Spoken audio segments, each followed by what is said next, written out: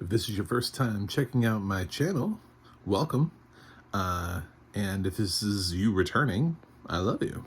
I'm John Stark from movieguy.com, and this is my recap / review of The Handmaid's Tale, Season 5, Episode 3. Wow, we've stretched the book into 5 seasons, and it's great. I love this show. In a scary way, of course, not like... Yeah, anyway, I'm a blind film critic. So, yeah. Fun fact. So for this show, I watched it with audio description on Hulu, which actually offers audio description for this show, which is exciting. This episode, man, the past 2 episodes, I've been sitting here and I've been like, what are we doing here? Like, what? The first episode, I knocked it a little bit because it didn't feel like it was starting a new season. It kind of felt like it was a series finale. In many ways, it wrapped up a whole lot of storylines, which is very odd for a season premiere to do. Like, it felt like it was like the finishing of things, oh well, we got that behind us. I'm like, okay, well, and then and then episode 2 was just the unnecessariness of giving a rapist a hero's welcome home. Like, I don't know why we arranged for that. I still don't get the political advantage of treating him like he's a normal person, but cool. It's like, please stop trying to recognize Gilead as like some sort of, actual community. It's exhausting. And Serena goes back. I don't know why. She was trying to throw Fred under the bus herself and protect her and her baby. And all of a sudden, now that he's dead, she's like, oh, well, yeah. I miss him and I'm angry. And in this episode, she's trying to use it to manipulate her way into staying, into maybe getting a leadership position. She's trying to manipulate Bradley Whitford's commander into marrying her, since he's single, she's single. And they keep hinting at him that there's no place in leadership for a single man. He's just, every exchange that he has with her this season is great, because it's so fuck you, but she just doesn't pick up on it. Like, she just cannot, because he's human enough to be sincere in his, I'm sorry that you're grieving, but like everything else is just like, I'm sorry, did you expect something of me? It's such, so he has such great interactions with Serena. I love them. And June is trying to figure out what's up with Hannah, because they saw her wearing a purple coat, and nobody knows what that means. And we found out what that means, and it means that she's being prepared to be a wife. On the plus side, I don't think it's that bad to be a wife, considering that's what the handmaids are for, is to have the babies. So I don't really know what wives do.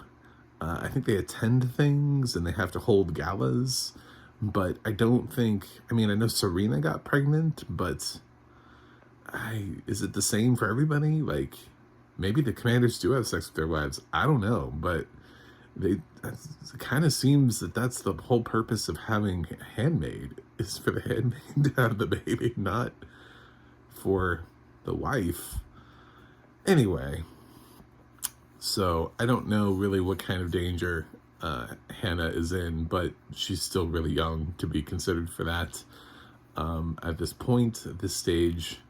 But again, she is starting the schooling, so there's hope that there's still time left, because if there is a school for that, which sounds, again, ridiculous.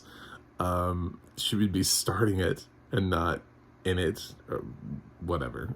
She's not like near the end of it. She's not ready. They're not, a month away from proposing her marriage to somebody. Anyway, that's it. That was basically the episode. Serena finds out, nope, Gilead doesn't want you. Not really. We want you to go live in Canada and represent Gilead that way. By being a strong force of will. And Gilead, and she's like, well, I need like security and a staff. And they're like, fine. She needs security because June already gets to her by the end of the episode, which is great. She just like parks her car in the middle of the road and runs up to her window and bangs on it. And, threatens her and is like, if you ever touch Hannah again. That's like, oh, great. So yeah, this show's got good stuff. Meanwhile, Janine's alive. We don't know about the other one though. She didn't wake up. Not even after Aunt Lydia just slapped the shit out of her. So, but Janine's awake. So there's that. But did Janine learn her lesson? We'll find out. She gonna be more like Aunt Lydia or more like June? She's in a place right now where she has to figure out what she wants to do, what she wants her future to be, what she wants to be remembered for. And Janine has never really had much backbone. She's been through a lot. I remember that as a character, and I'm not trying to shame her because they have. It's like Janine's been hit by like 8 cars, throughout the course of The Handmaid's Tale. And she's still walking somehow. And we're expecting her to run a marathon, but really it's good for her to keep walking.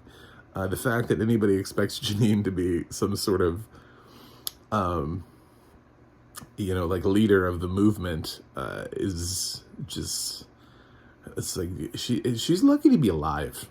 If she's been almost dead several times. So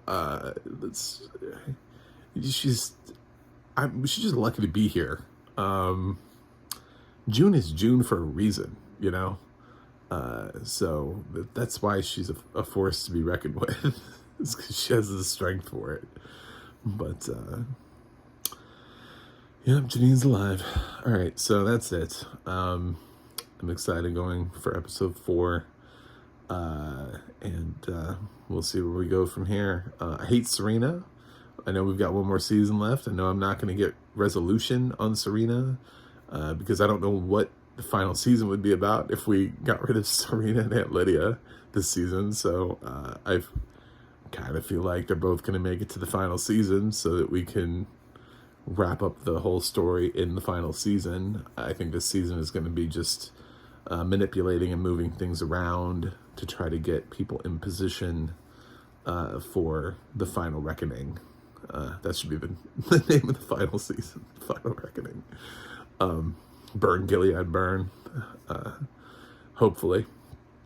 And that's it. So I'm going to give The Handmaid's Tale season 5, episode 3, an A. The audio description on this show is always really good. So the funny thing is, I didn't realize that Hannah was wearing a purple coat in the second episode. I don't know if I wasn't paying attention, but in this episode they make a big deal about it. And I was like, was she wearing a purple coat in the last one? Did we talk about that? So I don't know if I missed that in episode 2 or not. So we're talking about audio description. That was the thing that hit me. And I only watched it like a week apart, episode 2 and 3. So I was like, was she wearing a purple coat? I don't remember that being in the audio description. I feel like I would have known, because I know they usually wear pink coats for the little girls. But anyway, just a thought. If you could please subscribe. I'm trying to get to 100 by the end of the year. I think it's possible with your help. You can also visit my website, movieguy.com. You can just drop me a thought in the comments, and I'll respond to it. You can go to the audio description project, adp.acb.org, and I'll let you know what has audio description and where you can watch it, and the adna.org, which will let you know what all those people who work on audio description are doing. It's like IMDb for them. So please support them and everything that they do, because we love them. That's it from me today.